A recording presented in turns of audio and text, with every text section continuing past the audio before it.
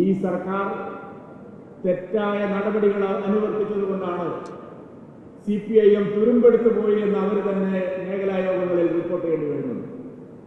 അന്ധമായ വർഗീയതയ്ക്കെതിരായിട്ടുള്ള വിധിയെടുത്താണ് ഈ തെരഞ്ഞെടുപ്പിൽ കേരളം കണ്ടത്. വർഗീയ ശക്തികളെ താലോലിക്കുന്നവർക്കുള്ള താക്കീതാണ് ഈ തെരഞ്ഞെടുപ്പിൽ കേരളം കണ്ടത്. ന്യൂനപക്ഷ വർഗീയതയെ അനവസരത്തിൽ അനാവശ്യമായി കൈയേറ്റ് പ്രോത്സാഹിപ്പിച്ചവർക്കുള്ള തിരിച്ചടിയാണ് ഈ ലോക്സഭാ തെരഞ്ഞെടുപ്പിലെ ഫലം. പ്രിയപ്പെട്ടവരെ, ഭൂരിപക്ഷ സമുദായം ഒന്നിനും കൊള്ളാത്തവരാണ്.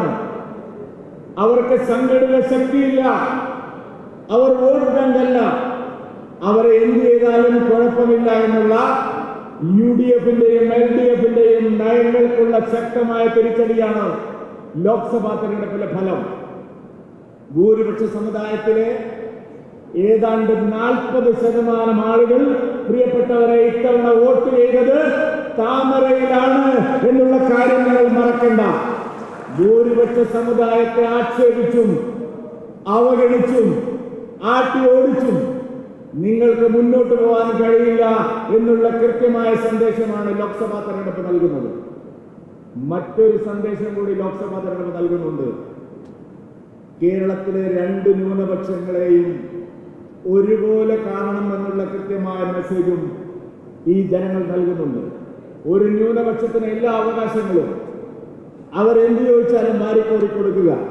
ന്യൂനപക്ഷ അവകാശങ്ങൾ പോലും 80% ഒരു വിഭാഗത്തിനും 20% മറ്റൊരു വിഭാഗത്തിനും എന്നുള്ള വിവേചനപരമായ നിലപാട് കേരളത്തിൽ ചർച്ച ചെയ്യപ്പെട്ടിട്ടുണ്ട്. ഈ തെരഞ്ഞെടുപ്പിൽ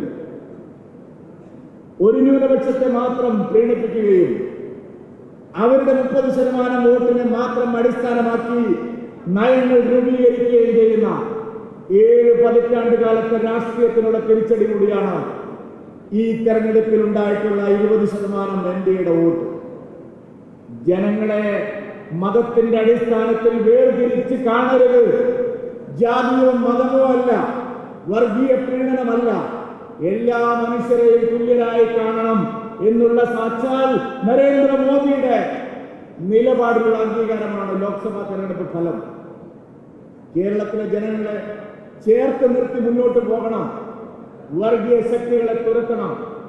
പാലക്കാടിന് നിർണായകമായ ഒരു സ്ഥാനമുണ്ട് കാര്യത്തിൽ. പാലക്കാട്ട് കഴിഞ്ഞ 2 തെരഞ്ഞെടുപ്പുകളിൽ നാം കണ്ടതാണ്.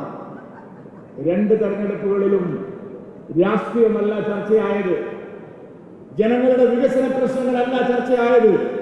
കഴിഞ്ഞ 2 തെരഞ്ഞെടുപ്പുകളിലും പാലക്കാട് ചർച്ചയായത് പച്ചയായ വർഗീയതയാണ്. UDF സ്ഥാനാർത്ഥി ജയിച്ചപ്പോൾ പാലക്കാട് ആഹ്ലാദ പ്രകടനം നടത്തിയത് DYFI-ക്കാരും CPM-കാരുമാണ്.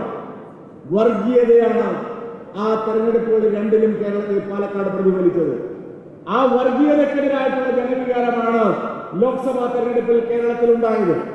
പാലക്കാട്ടെ വോട്ടർമാർ അത് ശരിയായി മനസ്സിലാക്കി മുന്നോട്ട് വരുമെന്നുള്ള പ്രതീക്ഷയാണ്, ആത്മവിശ്വാസമാണ് ഭാരതീയ ജനതാ പാർട്ടിക്കുള്ളത്. പ്രിയങ്കരനായ സുരേഷ് ഗോപി തൃശൂർ പൂരത്തെ കുറിച്ച് പറഞ്ഞു. തൃശൂർ പൂരം തൃശൂരിന്റെ മാത്രമല്ല, കേരളത്തിന്റെ തന്നെ ഏറ്റവും വലിയ സാംസ്കാരിക ഉത്സവമാണ്. തൃശൂർ പൂരം അതിന് അടുത്ത പ്രാവശ്യം അവിടുത്തെ പ്രവർത്തകർ ജനങ്ങളോട് പറഞ്ഞു, അടുത്ത പ്രാവശ്യം തൃശൂർ പൂരം ഒരു ഭാരതീയ ജനതാ പാർട്ടിയുടെ ജനപ്രതിനിധിയുടെ കൂടെ നിന്നുകൊണ്ട് ആഘോഷിക്കാനുള്ള ഭാഗ്യം തൃശൂരിലെ ജനങ്ങൾക്ക് ഉണ്ടാവണമെന്ന് അതവർ സാർത്ഥകമാക്കി കഴിഞ്ഞിരിക്കുന്നു. എനിക്ക് പാലക്കാടുകാരോട് അഭ്യർത്ഥിക്കാനുള്ളത്, കൽപ്പാത്തി രഥോത്സവം പാലക്കാട്ടുകാരുടെ മാത്രം കാര്യമല്ല, കേരളത്തിന്റെ ആകെ ഒരു വലിയ മഹത്തായിട്ടുള്ള പാരമ്പര്യമുള്ള ഉത്സവമാണ്. ആയിരക്കണക്കിന് വർഷത്തെ വലിയ പാരമ്പര്യം കൽപ്പാത്തി രഥോത്സവത്തിനുണ്ട്.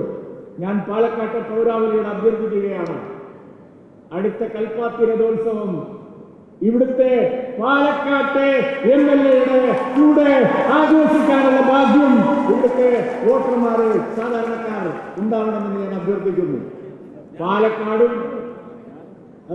പാലക്കാടും ചേലക്കരയും ഒരു കാര്യം കൂടി ഞാൻ പറയാം. ശ്രീ സുരേഷ് ഗോപി, ജോർജ് കുര്യൻ, വി മുരളീധരൻ, കുമ്മനം രാജശേഖരൻ, PK കൃഷ്ണദാസ്, ശോഭാ സുരേന്ദ്രൻ കൃഷ്ണകുമാർ ഇവരടങ്ങുന്ന ഭാരതീയ ജനതാ പാർട്ടിയുടെ ടീം ഇതാ കേരളത്തിലെ ജനങ്ങളോട് അഭ്യർത്ഥിക്കുകയാണ്. പാലക്കാടും ചേലക്കരയും ഞങ്ങൾക്ക് തരണം. പാലക്കാടും ചേലക്കരയും ഞങ്ങൾക്ക് തരണം. 2026 മോദിയുടെ സർക്കാർ, ഭാരതീയ ജനതാ പാർട്ടിയുടെ സർക്കാർ കേരളത്തിൽ ഉണ്ടാവും. അതിനാവട്ടെ നിങ്ങളുടെ എല്ലാം കഠിനമായ പരിശ്രമം എന്ന് വിനയത്തോട് അഭ്യർത്ഥിച്ചുകൊണ്ട് നമ്മുടെ പ്രിയപ്പെട്ട മന്ത്രിമാർക്ക് പാലക്കാട് നൽകുന്ന ഈ സ്നേഹോഷ്മളമായ വരവേൽപ്പിന് എല്ലാ ആശംസകളും നേർന്നുകൊണ്ട് ഞാൻ എന്റെ എളിയ വാക്കുകൾ അവസാനിപ്പിക്കുന്നു.